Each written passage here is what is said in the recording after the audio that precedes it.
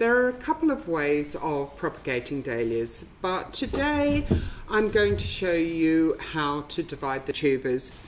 Now, this can be done at any time while they're dormant, so from about late autumn to early spring. The reason you would do this is obviously you get more plants, but you also tend to get better flowers. So the first thing you need to do is dig up the tuber.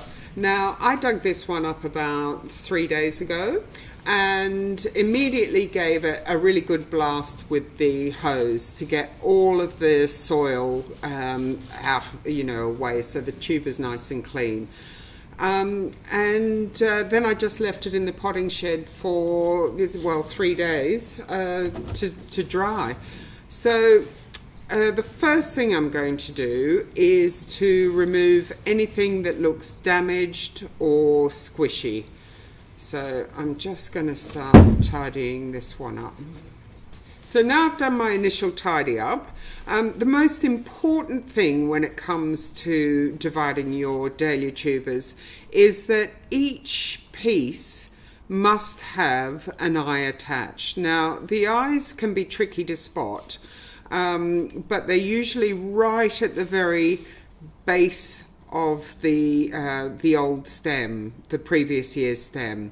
So you need to look for those, and don't cut just a tuber because not all tubers will have what's called an eye. So that one doesn't have an eye, so that's just is going into the compost bin.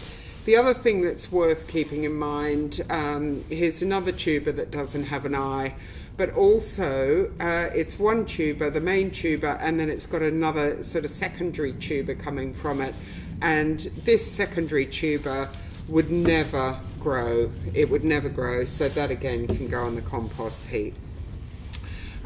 So you do need to look for these eyes and look quite carefully for them. If you're unsure of where the eyes are, or it all just seems you can't find them, the simplest way of dividing the tuber is to just cut straight across it in four, make it into 4 separate sections.